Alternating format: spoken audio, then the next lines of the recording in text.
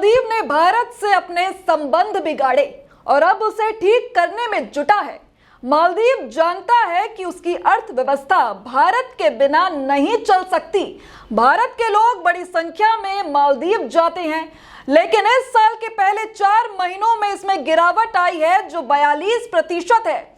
यह घाटा सहने के बाद मालदीव की अकड़ कम हुई है और वो भारत से संबंध सुधारने के लिए एक एक करके कई कदम उठा रहा है।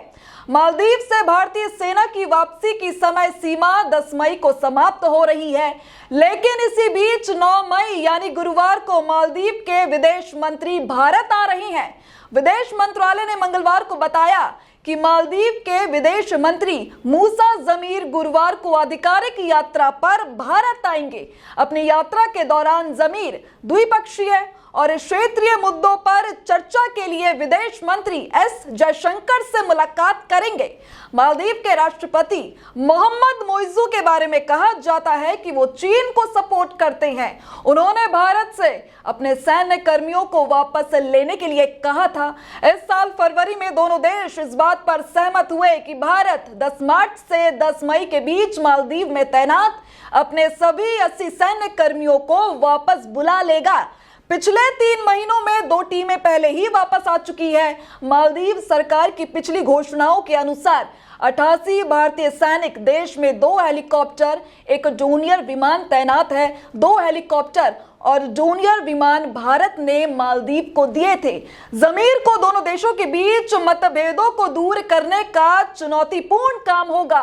भारत में चुनावी मौसम के बीच वो दिल्ली आ रही हैं। विदेश मंत्रालय ने कहा कि मालदीव हिंद महासागर में भारत का प्रमुख समुद्री पड़ोसी है और विदेश मंत्री जमीर की यात्रा से दोनों देशों के बीच द्विपक्षीय सहयोग को और गति मिलने की उम्मीद है।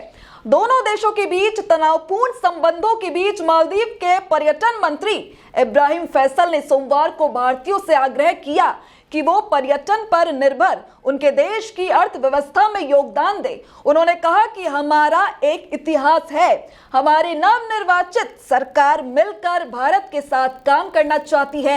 हमारे लोग और सरकार आने वाले भारतीयों का गर्मजोशी के साथ स्वागत करेंगे। पर्यटन मंत्री के तौर पर मैं भारतीयों से कहना चाहता हूं कि कृपया मालदीव के पर्यटन का हिस्सा बने। हमारी अर्थव्यवस्था पर्यटन पर निर्भर करती है।